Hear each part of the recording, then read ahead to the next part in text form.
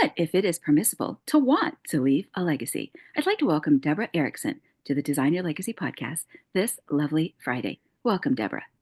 Thank you. Thank you for having me. It's my pleasure to host you. And would you share with the audience where you are joining today from? Yes, I live in Portland, Oregon.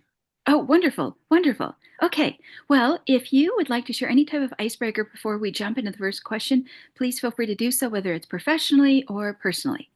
Well, I'll give you one of my favorite quotes, and it was by Julia Childs. And she said, if food comes to you and it looks beautiful, it's just designed, it's got height, it's got curves, you know somebody's fingers have been all over it.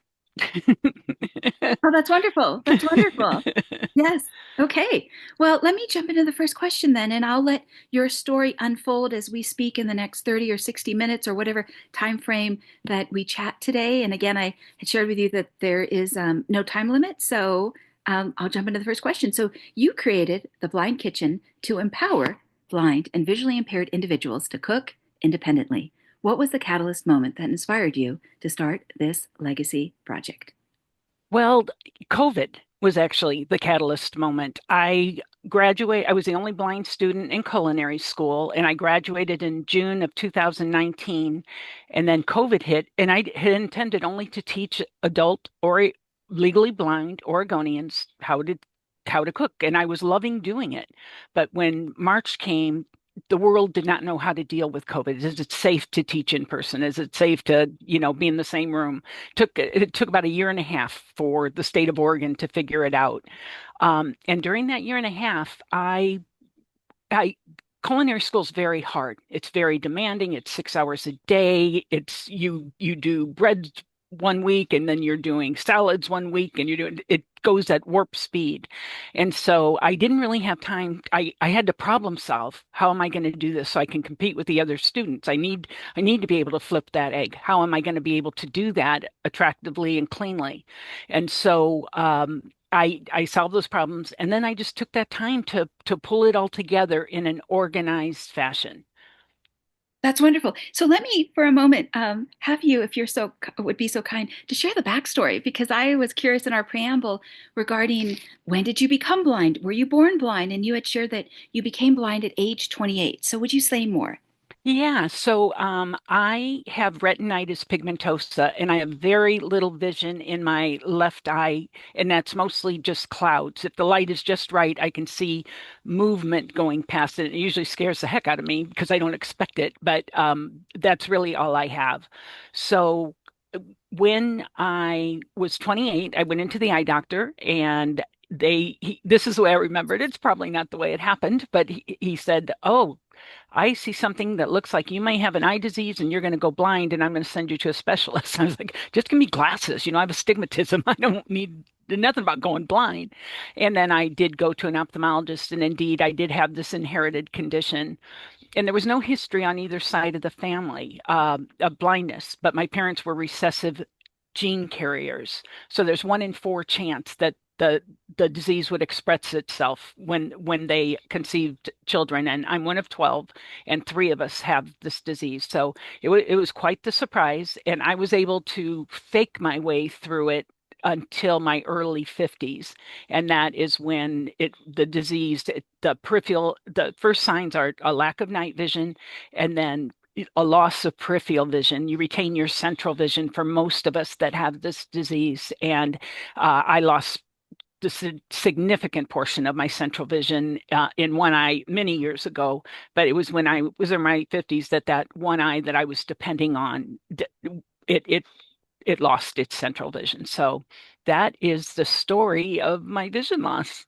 Yes, thank you for sharing. So when you say that you faked it until age 50, what does that mean? Oh, it's a good story. So retinitis pigmentosa, also called RP, stands for resistant people because we do retain that central vision where we can still read. You're like looking through a straw, but you can still read, you can still make eye contact with people. And so we can fake it for a long time. I drove longer than I should have until I almost hit a kid. That's another story, but I quit driving then. But I was very clumsy because if you have no peripheral vision, you're going to be knocking things down around you and stuff like that and apologizing to shopping carts because you think they're people that you bumped into. So, yeah, so I didn't even use a cane until my early 50s. Yeah, we can fake it for a long time. Interesting. Interesting. Thank you for sharing because a lot of times people are curious, but they might not ask. So I'll just be the first courageous one to ask. It's true. It's true. I think people are just afraid of getting too personal or being too curious where it might hurt my feelings or that they might say the wrong thing and I'm going to sue them or whatever. And I think it's good to be cautious, Mhm. but you and I had talked ahead of time that I'm comfortable with it, but not every blind person you meet will be comfortable Yeah. with it. Well, thank you. And there's enough litigation in America today about. Yeah, I'm good. I'm good. Okay, so how has your journey with vision loss shaped your perspective on independence, dignity, and innovation in the kitchen? You know, those are three different concepts. So I'll start with independence. When I was growing up, again, I was a normal sighted child and young woman and young mother, and I saw around me not only family but friends, relatives, women who did not seem to have independence. They were dependent Mm, on people for money, dependent on just they it looked to me like they had very few choices in their own lives. They were following the script they were supposed to follow, whether it's a religious script or a this is what women's roles are script. And so way early in my life, I don't remember the exact moment, but I decided I was going to be independent, yes, and period. I would just like to interrupt you briefly on that point because absolutely, I think women, as we talked about in our preamble, were expected and are still expected to be demure, supportive, and helpful. But I think that's slowly changing. But still, women have been expected to walk softly, keep their opinions to themselves, or they could face a huge amount of wrath, whether that's in the micro or macro. And there are some women that do very well, like J.K. Rowling, but that's few and far between. Right, right. And she's still judged quite harshly by other people. So that's an excellent point. And I'm from the Midwest, so that I think that geographically and culturally, all of that plays a role into how much we buy into it and how much freedom we have to escape it. But somewhere I've always been hard-headed. So I decided I was going to be independent. I was going to work. I was going to have children. I was going to do it my way. And I think that's when the universe came and said, "Oh, you think you're going to be independent? Let's see how you do without eyesight." And so it had been it had been the flag that I carried that I am independent, I'm independent, even before vision loss, and it got in my way. It got in my way. We need to be interdependent on people. Independence is important, but so are relationships and communication and that. And so I think that very rough exterior that I had uh, claiming my independence was working sometimes for me, but sometimes against me. So I think this was a gift. They say every problem comes with a gift in its hand. And I think that was the gift that vision loss gave me that, I can be interdependent on people and still be successful and still be proud of the woman I am. Yeah, that's great. So that's the independence piece. What would you like to say about dignity or innovation? Because I would imagine you probably have a few things to say about dignity, but maybe I'm just presuming in my intuition. No, you are exactly right. Because even coming on to your show, I had to do my own hair and makeup. Okay. And there's this whole thing. How am I going to appear to people? And in cooking, I'll tell you how that applies to cooking is like if I'm going to appear clumsy, knocking things down, spilling things, all of that. If I have low vision and I'm going to get my face really close to that thermometer so I can see the digital display or the mercury or whatever, that's not very dignified if you're bending over with your eyes that close to the food. So definitely there is a part of my mission is to teach people that they can be elegant. That's not normal to be bending over and having your face so close to the food to be able to see what you're doing. That there are different tools and techniques that you can use. And in that example, a talking thermometer. If I can Mm-hmm. stand tall, put the thermometer in the food, and there are ways to know that you're in the thickest part of the meat, closest to the bone, which will be the last part to cook, that I can stand elegantly and just push a button and have that information delivered to me, the same information you'd get just by glancing down at the thermometer. So their dignity is huge. And when you can't see, we're such a visual society. So much we are judged on our looks or on our appearance, on the way we dress. So when you present with a white cane, first of all, people tend to forget everything about you. They don't notice you're tall anymore. They don't notice you're blonde anymore. They know you're blind. That is the number one identifier. And so if I can come into this world with good posture and good conversation, good vocabulary, you know, where I try to keep up with different subjects, then that is going to bode well for the blind community. So that's what I think about dignity. I think it's a constant war for people with vision loss, and I think people anywhere. Well, it's so interesting because you're holding space almost for the blind in that sense, and you Yeah, are very aware of that space that you're holding, and you want to do your community good, which I think it's is true. fantastic. It's true. It's true. Yeah, because you're almost saying to a person, if I am the only blind person that you meet, I'm going to tell you that I have got amazing posture and that you care. Right, right. Because how Yeah, you carry yourself communicates more than your words often. yeah. Well, good on you. Good on you. All right. Can you walk us through a moment when you realized the tools and strategies you developed were truly transforming other people's lives? Yeah, having been a teacher, and I did teach adults with vision loss, I they had told me in person, "Oh, this is so helpful. I never thought I'd be able to, make a pie again or whatever." But after opening this business, I think the number of emails and testimonials that I get where people say, especially and I'm not going to be ageist or sexist, but it's older women who have age-related vision loss, who are the cooks for their family.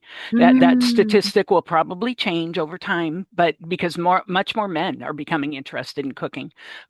But women of a certain generation lose their vision, and they were the ones that did the Hanukkah feast or the Thanksgiving dinner or New Year's soup or whatever.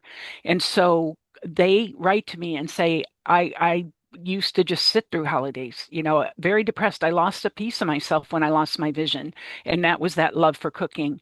And because of helpful hints and strategies from people like me, there's other people out there doing this as well. Not the way I'm doing it, but there's still other sources of information to help people with vision loss get back in the kitchen, that they've reclaimed that piece of their identity. And I hear it from their children and their husbands, and that say, Mom was so depressed. We didn't know how to get her out of her depression. And that woman generally is not going to be the one searching the website for how do blind people cook. It's just mm, not gonna that's just the ones that the majority of the ones, and I don't want to pigeonhole people, but many of them didn't have those skills to do that. That's not what they were doing when they were raising their children and taking care of them. So yeah, those make me emotional because my mother did not have vision loss, but I can see that she's gone now, but I can see she had Alzheimer's, and I saw as her identity disappeared, and she knew it was disappearing. So I get it with these other people too. When your identity is no longer available to you anymore, how do you reclaim it? And those are the moments when I say, wow, I'm so glad that I got that email. That I'm so glad that the work I'm doing is making a difference. yeah, that's marvelous. Thank you for sharing that because those individuals almost are, I don't want to say like they're falling through the cracks in society because I don't think it's that per se. And hopefully I'm not fumbling in my words at the moment, but it's so much though that you're speaking to a void that perhaps is getting overlooked. And so how interesting, I was going to make the joke before about when we make plans, God laughs. And That's yet right. I almost now wonder if God is utilizing you as a vessel to then be able to speak to older women as well as now older men who, The grillers of the family, the sure, guys that sure. used to be out on the grill. Yeah, we have a grilling collection just for those people that want to get back out there and grill safely, because Yeah. that's part of who they were and are, whether they know Yeah. it or not. And how amazing that you get to be their guide now. It's pretty powerful. I've got to say it's humbling. That's the right word. It's humbling. Yeah. So when you do your actions, whether it's with your YouTube channel or any platform, to know that then there's a ripple effect of you being a positive role model. It's if I am, and I'm going to try and be the very best positive role model I can be, if that is indeed how people are looking at me Yeah. What I find so amazing is you don't take any of this for granted, which is great. in terms of, The opportunity that presents itself to you. oh, yeah, it's in my face all the time.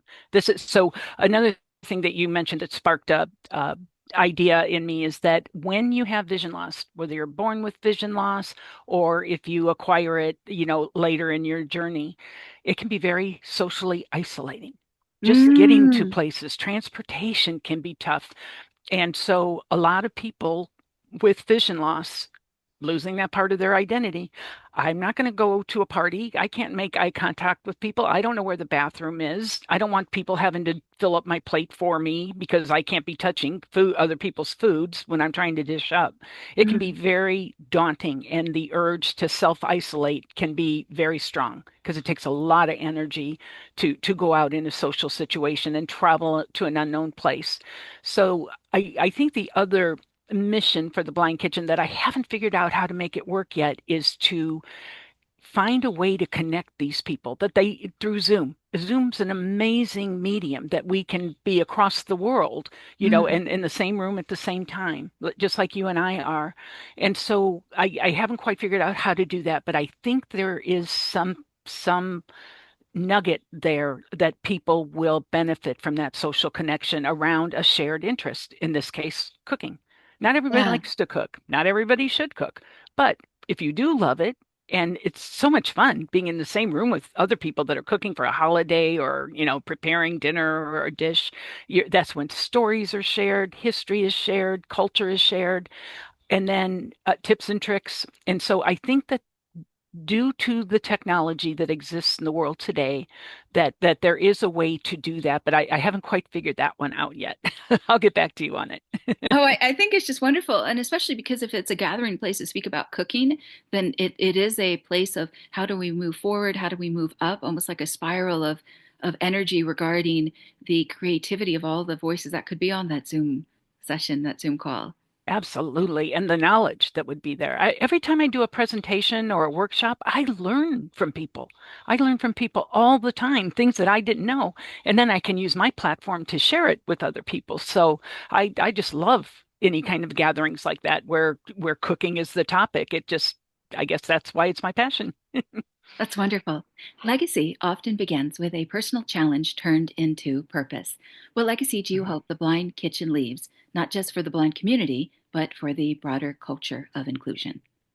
So the inclusion is an interesting topic. It can be quite controversial as well. How much does society owe to people that don't feel a part of the mainstream? And vision loss is not immune to that. But I would like the legacy to be, so I could say technology. The use of technology in the kitchen, but I know that would be a waste of my time. I'm doing it as much as I can, the talking thermometers, talking scales, um, different smart speakers, all the different things, but that's going to change so quickly. I think the humbleness and the basicness of most of the tools in the blind kitchen are things like a wooden spoon, a long wooden spoon. Now, of course, my grandmother used it, her grandmother, but I'd never heard about a wooden spoon being especially useful by blind and visually impaired people. And I'll tell you the reasons it is. Number one, it needs to have a long handle. Ours are 17 inches long. So any wooden spoon you have, and the first thing is it can't fall down in the pan underneath the hot liquid. If you've ever made a marinara, have you ever tried to rescue a steel spoon out of the bottom of that? That's no fun. It's Oh, dangerous and it's hot. And but if the wooden spoon is long enough, it can't fall down unless you have a really big pan, and most of us don't. So that's one reason. The second reason is if I'm a little bit nervous about touching the pan and I want to orient myself first, that wooden spoon's going to be sticking higher up than the pan. So I can hover above it and not be near the hot metal and then I'll find the spoon like, okay, now I know about where it's at. It's about 6 inches below this. So that's the other reason it's so blind friendly. And but then the other one is we talked about dignity and not wanting to look like a messy cook. And that's kind of hard. When I could see, I was a messier cook. When I was taking the spoon out of the tomato sauce and putting it down on the spoon rest, there would be drips no matter how hard I tried. Now, there's definitely going to be drips if I can't see, unless I don't have to take the spoon out of the pan. And if it's wood, it doesn't conduct heat, so it can just stay in there for most applications. So the simplicity and the timelessness of about 90% of the tools in the blind kitchen, I think, are going to be what allows it to survive the test of time. Yeah, absolutely. I think there is a timelessness to it. And I know also I made a joke in our preamble that how amazing it is because I saw one of the videos on your YouTube channel. And I think you made two eggs with butter. And I made the joke that there are people that have sight and they won't even go into the kitchen to make two eggs with butter. And yet Exactly. you have the drive within you and the humility and passion to just want to not only make two eggs in butter for yourself, but then to show other people this is how you can do it, and I'm going to model it so you know that it can be done as proof, as social proof. Exactly right. And so, but the other thing I had is not just that I had the courage to flip an egg. I have a tool there. I have a silicone egg ring. It's a 4-inch round ring, and that contains the egg in the pan in an attractive form. So it's going to be more attractive than the eggs I used to cook when I could see, because they're going to be forced to conform to that circle. Works for pancakes too. And they're Mm. going to rise higher because they're not going to flatten out on the edges like they do when you just pour it onto a griddle or a pan. They always taper off and get flatter at the ends, but not with the egg rings. They just go straight up. It's very cool. That is wonderful. That's very cool. I'm a big fan of Dr. Stephen Gundry, and he has a cookbook out. And so I do make eggs every morning from his cookbook recipes. Oh, I'll have to get that one. I'm not familiar with that one. Oh, yeah. Some people have opinions about Dr. Stephen Gundry, but I think he's pretty good. I haven't heard of him. I'm definitely going to look him up. Wonderful, wonderful. In your work, what have you learned about resilience and resourcefulness that others could apply in their own legacy building journeys? Yeah, when you have vision loss, and even if you don't, there are a lot of things that happen where you don't know how to go forward. And I'll give you an example. When I first started this business, I had partnered up with another woman who made Braille labels. Very competent woman, very smart. She knew how to do the website. She knew how to source products. She was fabulous. But for reasons of her own, she couldn't move forward. So then I was floored.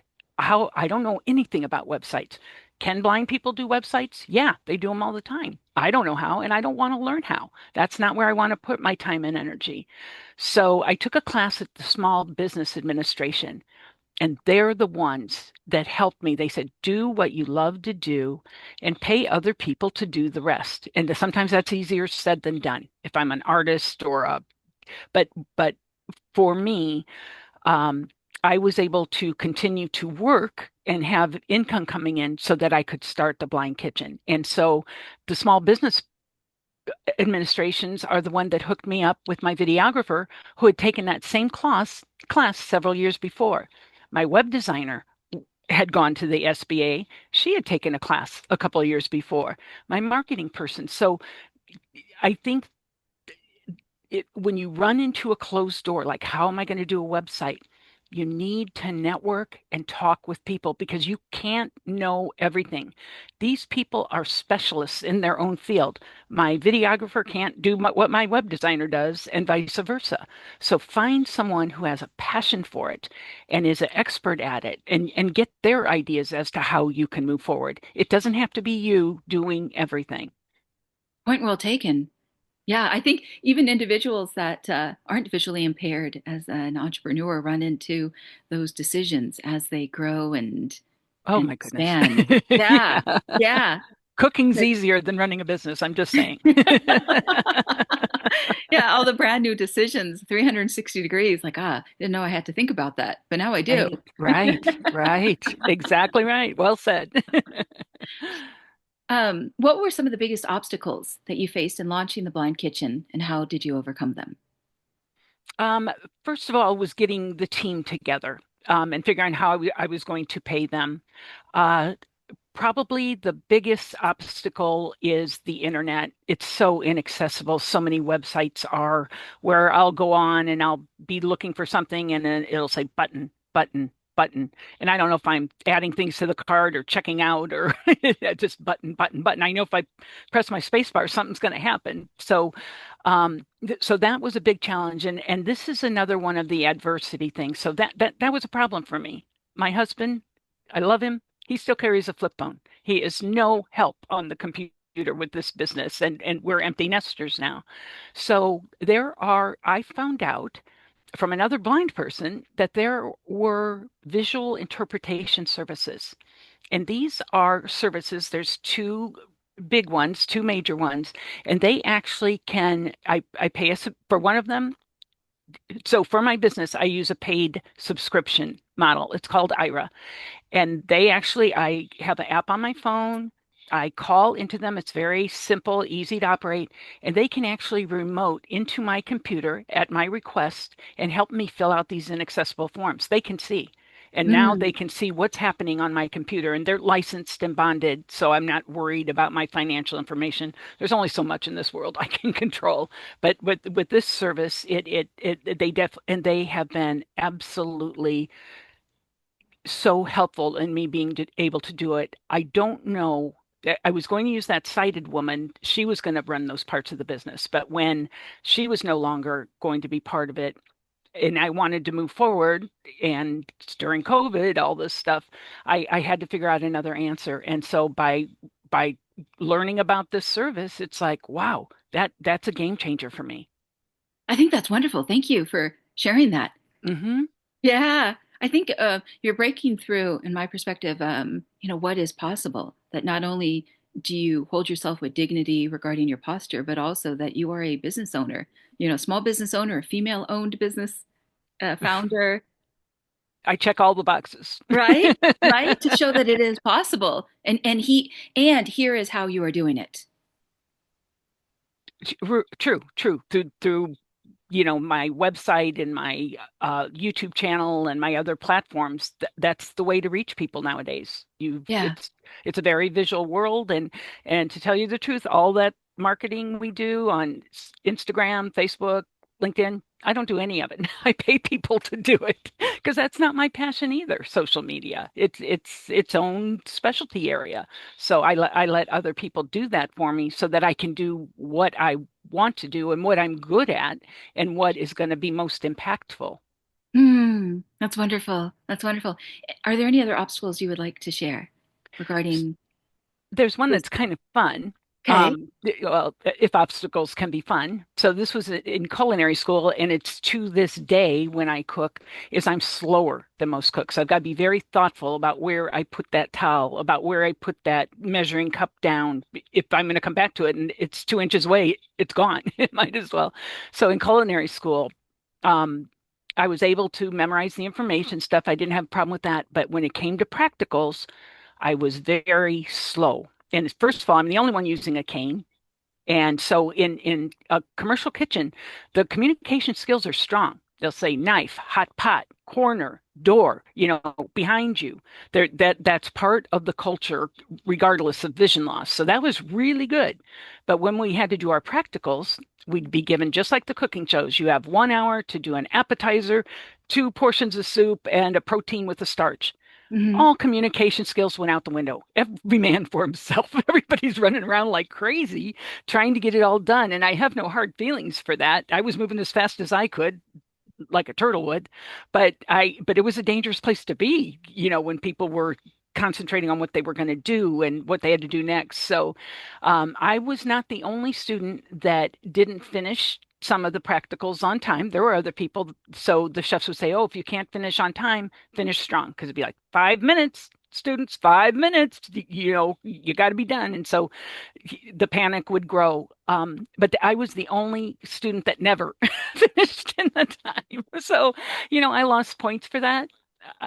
I definitely lost points for that, but I would have lost more points if it hadn't been seasoned well or presented well. They were teaching us how to be professional cooks, to work in restaurants where this stuff matters.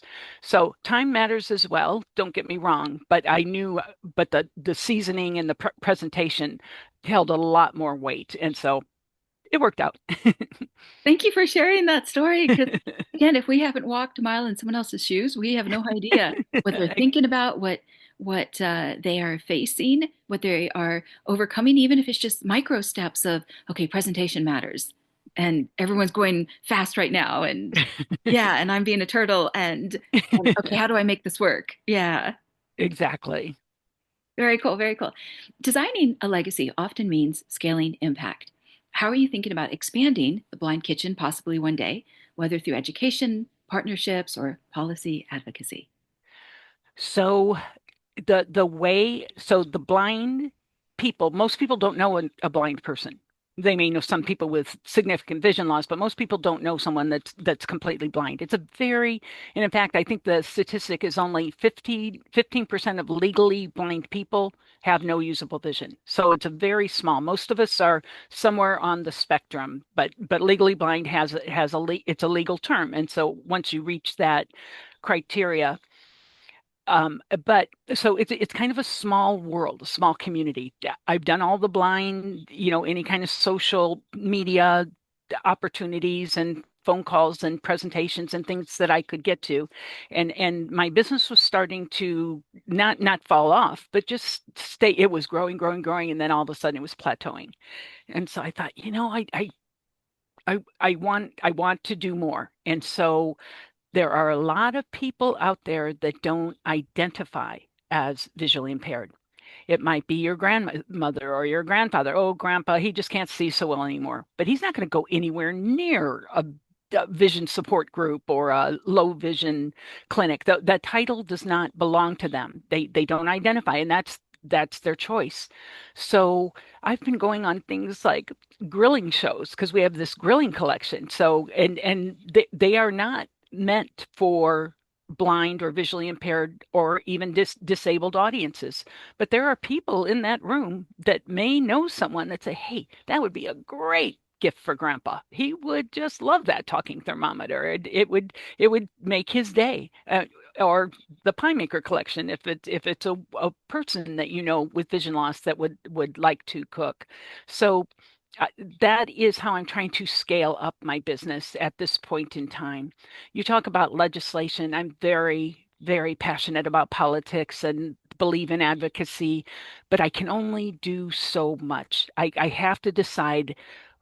I only have so much bandwidth, and what what efforts do I put forth that'll make the biggest difference in helping people? Because that's a core value of mine is service to others. So I wish I could do all of those things, but in mine at this point, and it could, if you talk to me tomorrow, it might change, but at this point, it's reaching people with vision loss who want to be able to cook, whether or not they identify as such or not. Hmm. I think that's amazing. It is what it is. Yeah, thank you for speaking into that. And I know one of the things that we also spoke about in our preamble, which became the intention for today's episode, is the question of what if it is permissible to want to leave a legacy? So I think even with what you're speaking about regarding going on to a grilling show and this idea of expanding what's permissible, expanding what's possible, because talking thermometers do make somebody's life easier, especially if their vision is going. And I could make a joke these days with all the blue screens. I think half of the population could be going blind. I don't know what you mean by blue screens. Oh, blue screens from the tablets and the MacBooks and the cell Oh, phones. all the And, screen time. oh, Yeah. absolutely. And most members of the youth, whether it's Generation Z or Oh millennials, they boy. spend 10 to 12 hours on their smartphones and their tablets and their MacBooks and all of that. My two adult sons, they're millennials. They'll be in the same room texting each other. I'm like, really, guys? Right. That's what I'm You're gonna talking about. And so they invented these blue light glasses, but I'm thinking half the population could be going, you know, blind because that blue light is just so not good for Ah. human bodies, never mind just the eyes. Okay. Anyways, one of the questions that I didn't write on the list that I sent over to you has to do with core values, but you just spoke to one of them being service to others. One of the things that I say at my coaching and advisory practice is that if there's a metaphor of a chair, then the four legs to the chair are like the values that support your legacy vision. So, what would you say might be your other three core values? Huh. Good question. Learning, constantly learning, being Mm, open to new information. That's a hard question, actually, because it feels like it's so important. Dignity mm. I is thought that would important. make the list. Yeah, yeah. Um, can I have a You can have tri a chair? three-legged chair. Okay, Yeah, a I might, three-legged chair. I might also add as a kind of to piggyback off of dignity, pride. Like you want your work to be good. Right, right. That's true. That is true. And I want other people to be proud of their work as well and have the strategies to do that. Yeah. Very nice, very nice. What advice would you offer to someone with a lived experience or disability who wants to create a mission-driven business? So I would advise you to network, maybe take a class, make yourself part of a group of people who are interested in the same thing that you are interested in. Educate yourself. There are so many YouTube channel videos. There's so many books and publications and blogs that chances are you aren't alone. And I remember when I was starting the Blind Kitchen and when I was in culinary school, I was looking on the website and there were people with vision loss that were talking about cooking, but there was no comprehensive website where you could go there and say, okay, this is where I can find a lot of the answers, or this is where I can ask questions. And so when you start, keep your mind open as to what the end product could look like and surround yourself with people that support you, that are proud of you, that believe in your mission. When you are lagging and you need a little pep talk, you now have this community around you, whether it's virtual or in person, that can help you to problem solve when those problems, like how am I going to fill out this W-9 form so that these people can buy from me, don't become insurmountable. Mm, that's awesome. Thank you for speaking into that. I think some of the times the hardest thing is just the first few steps. Absolutely, Yeah. absolutely. Yeah, There it's is, true.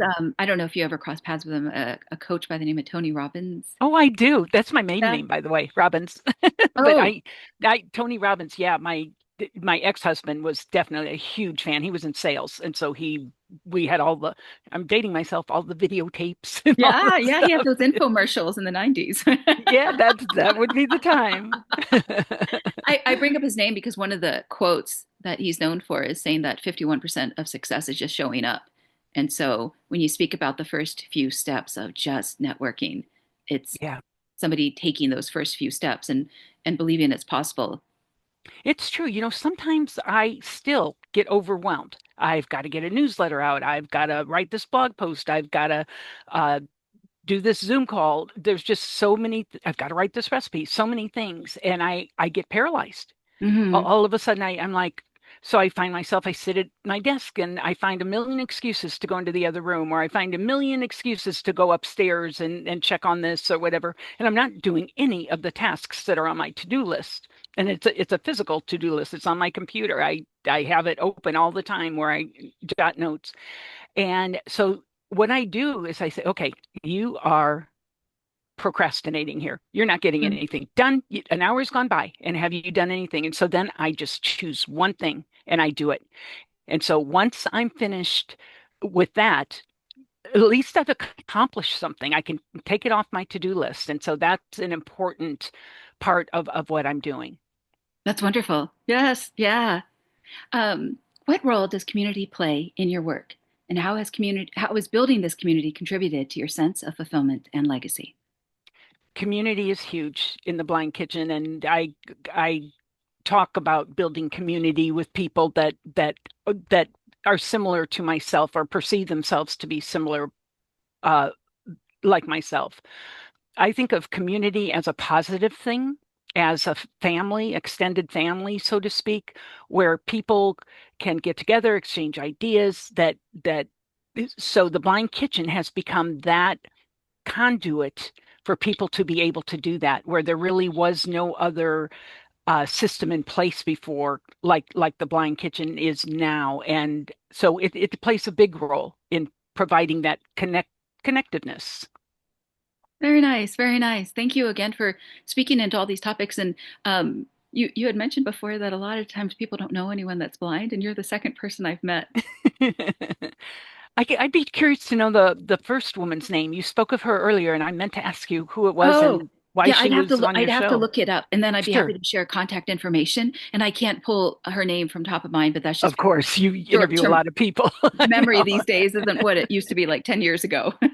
Well, well, strap in. The riot doesn't get any better. Yeah. Well, so it is interesting because, like you had said, a lot of times people are if they don't know anyone, so if this is their first time being exposed to it, like hearing someone who's blind talk, like, oh, I mean, I'm going to put my foot in my mouth right now, but like, oh, there's a real person in there because Right. people don't know. And so if Yeah. you're holding the space for, yes, I'm blind, but I'm also real. I'm also a real person. It's true. It's so true. And that's and I don't know a deaf person. So I don't know very much about deafness or Hmm. I don't know a wheelchair user. So I'm not going to know much about their experience. But and that's just I'm not going to say I'm trying to think of the word.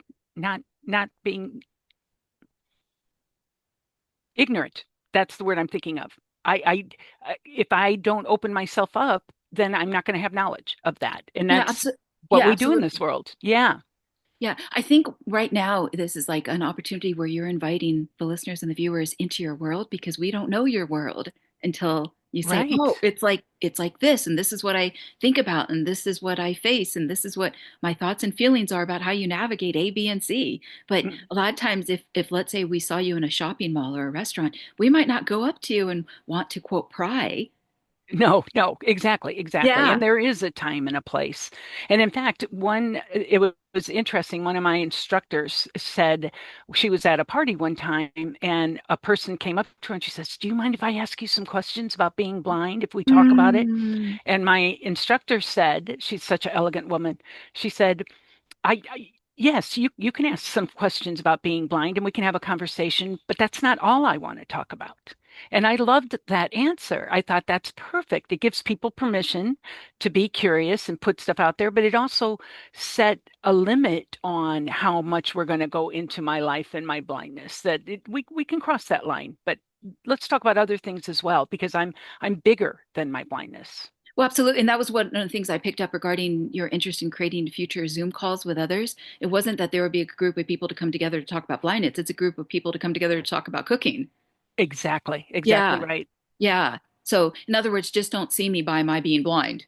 Right, right. There's Yeah. more to me. There's more to Yeah. me. Before I go on to the next question, there was a gentleman that was just recently on my podcast. He grew up in Los Angeles and he had two parents that were attorneys. And then he was working in computers. I don't remember top of mind what he did with computers. And I think he was about age 30. And he went to a doctor, and the doctor said, "You've got a brain tumor and we're going to have to operate. And oh, by the way, your face might be deformed by the time we're done." And of course, by the time it was done, half his face was frozen. And so obviously he's moved on with his life. Oh, But one of the okay. things that he had shared with me in that podcast episode together was the children that have come up to him in restaurants and they want to touch his face. And I think to myself, it's Wow. because the adults aren't going to come up and do that. You're right. No, it's true. They might want to and they might be curious, but they're not going to be the ones. No, no. And in fact, and you can have it. Or the other thing that happens if you have a physical attribute that is not quote unquote normal, like the Mhm. frozen face or carrying a white cane. Um, Kids are often very curious, and the parents are like, "Don't bother them. Don't bother them. Don't bother them." Yeah. when it's Yeah. a perfect opportunity to say, yeah, I can't see, my eyes don't work. And this cane, the reason I have it, that's because it tells me if I'm going to run into a wall or something. So then there's a chance for this kid. But if the parents call away, they're going to be terrified. Oh, that lady with the cane, there's something wrong. There's something wrong. My parents are protecting me from her. And I, I think it sends a bad message to kids to not, Yeah. but it depends on the person. Other Yeah. people might be like, keep your kids away from me. Get out of here, kid. But other people might be more open to it. I think it just depends on the person. There is no one blind way to be in this world. And there's also just such a pure innocence to the children that want to know from a neutral place. Sure, no Yeah. judgment, just curious. Yeah. Yeah. So It's curiosity true. doesn't always kill the cat, as the expression goes. Okay, let's fast forward 50 years from now. What do you hope people will say about the work you did and the impact you made through the Blind Kitchen?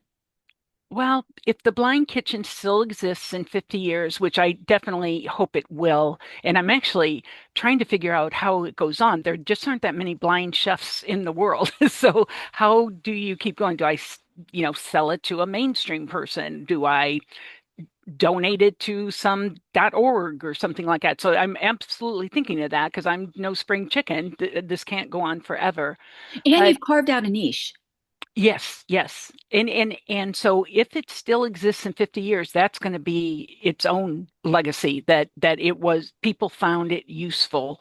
And I Mm, and as we spoke of earlier, I'm trying to keep the tools and techniques as simple as possible, as non-tech as possible, because I use tech all the time. I got the Meta Ray-Ban smart glasses and they use mm, AI and talk in my ear and tell me what's going on. I will always use tech and go with it. But because I know it's going to change, I'm not going to focus on that in the Blind Kitchen videos and things like that at this point in time. I'm going to keep it simple to the tools. And the other thing is so people can afford it. Technology mm. can be very expensive and out of reach for a lot of people with vision loss. So I think the the existence of the Blind Kitchen long after I'm gone will be legacy enough for me. That's wonderful. I just think it's amazing that you're kicking the soccer ball forward and you're saying to yourself, what is it that I can do to be in service to others? And then you started that snowball, and I just think it's really beautiful to see. Not only is it a positive impact on your life in terms of the ROI, the return on investment, but also now the connection with other people wherever they are around the world. It's wonderful. It's absolutely wonderful. And I wonder if I can put you on the spot for two more questions before we draw to a close. Sure. Yeah. Um, I always ask this question about the hardcover coffee table book, and I wasn't sure if I should ask it in this conversation, but I think I should. If you were to set aside a weekend or two a month for the next year to design a hardcover coffee table book on your legacy, what images, stories, lessons might fill its pages? Oh, wow. I think family would be the core of it. I'm being one of 12 kids, and all our names begin with D. So there would Okay. definitely be family pictures of especially my mother, who I miss very much, was very close to. It would be my children, definitely. They're a big part of my identity. And one son has actually moved to Portland, Oregon to help me with the business. So that's been a really nice addition. He just moved here about a month ago. Um, it would definitely be celebration and food. Uh, it would center around uh, creativity. Education would be part of it. That's been a big part of Mm. my identity as well. Uh, yeah, that's a hard question. I like it, but it's a hard one. Yeah, the reason I ask is because on my mother's side of the family, they didn't write a whole lot of things down. But on my father's side, he's a 12th generation American. And I have a great grandfather. Obviously, he's passed now, but 100 years ago, he did very well during the Great Depression in New England as an insurance broker. And he drove multiple Cadillacs and had multiple homes and a maid and a boat and et cetera, et cetera.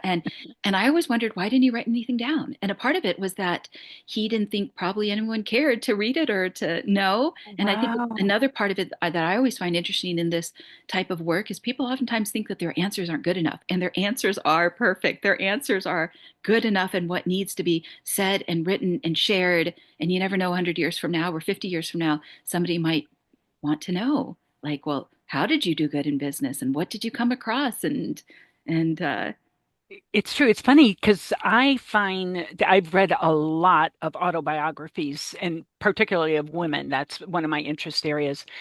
And uh, part of one of the commonalities you see is I wasn't important enough.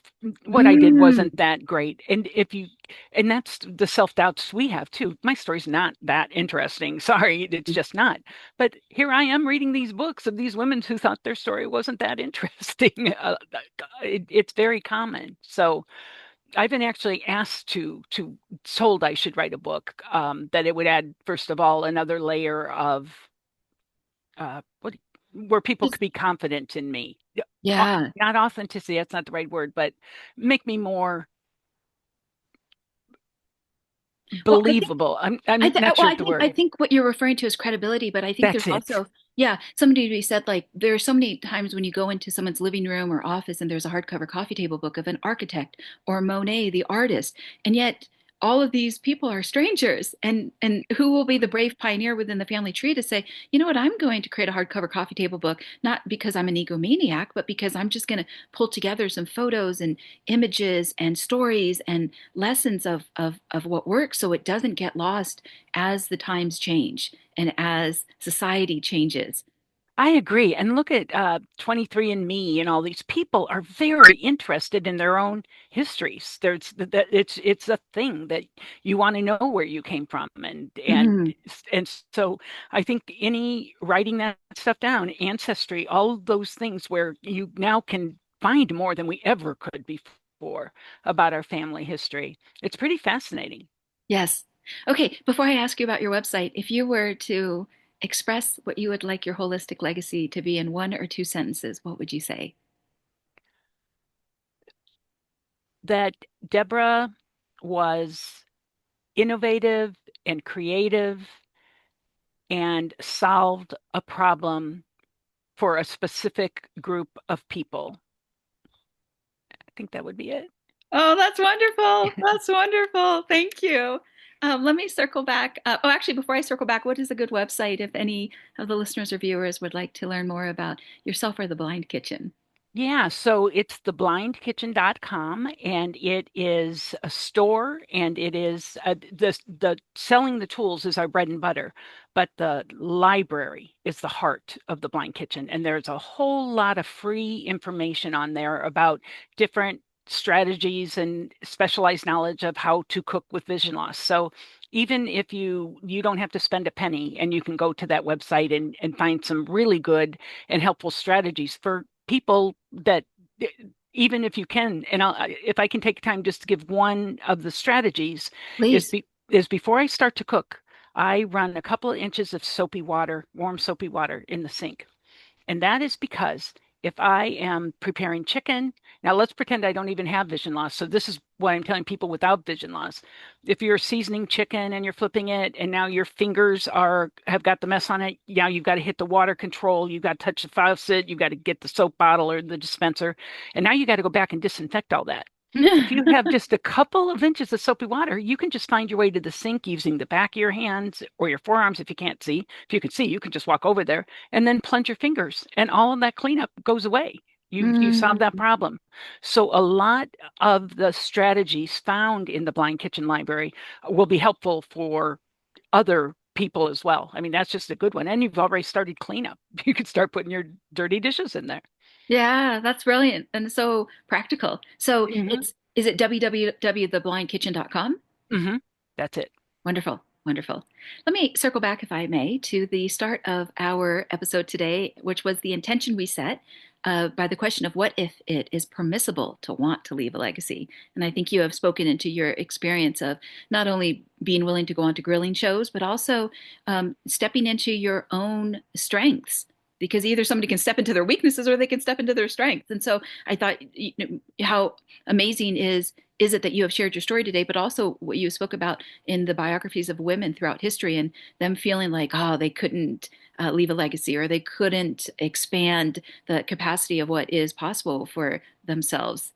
So I very much appreciated that. And some of the highlights of things that you spoke about was reaching individuals who are older, particularly women, if they would like to cook a Hanukkah feast or a New Year's Eve soup, for instance, that they can still maintain that love for cooking. It doesn't have to disappear, especially if it's a part of their identity as well as something that they utilize to connect with others, whether that is immediate family, extended family, their community, or how they define family today, but also we had spoken about also reaching men who are grillers. So Hmm. it Hmm. is an experience, and I think as more baby boomers are coming of age, and Yes, not that yes, blindness is age dependent, but it it is often is. sure, and it Yeah. is speaking very much to a need that number one, they are not alone, but number two, there are tools out there, and you will be an amazing guide to help them to learn how to even just cook two eggs with butter in the kitchen. Well, thank you. It's a love language for many of us. That's how we express our love and affection for people we care about. So thank you very much for your presence today and for being a guest on this platform. Thank you for having me. I really appreciate it. In closing, I'm Angelina Carlton, the hostess of the Design Your Legacy podcast, as well as the founder of Legacy Planning, a boutique advisory firm based out of Beverly Hills, California, USA, but international in those I get to coach and consult. I hope to dive deep into subjects that can help a person define, develop, and execute their legacy, and continue to scour the landscape for those who can be great resources to every dimension of your legacy. For many listeners, there can never be enough education and preparation in the moot or moat around your castle. Whether you find yourself with new wealth or generational wealth, may the content on this channel be an anchor in any storms ahead. We do our best to provide original content for your intellectual and emotional curiosity. Thank you so much for joining us today. And if you're tuning in on Spotify, Apple Podcasts, Amazon Music, etc., please remember to rate and review, share with your family and friends. And if you feel so inclined, send an email to either Debra or myself and let us know your thoughts and feelings about today's conversation. So thank you so much for joining, and thank you, Debra, for speaking into your legacy.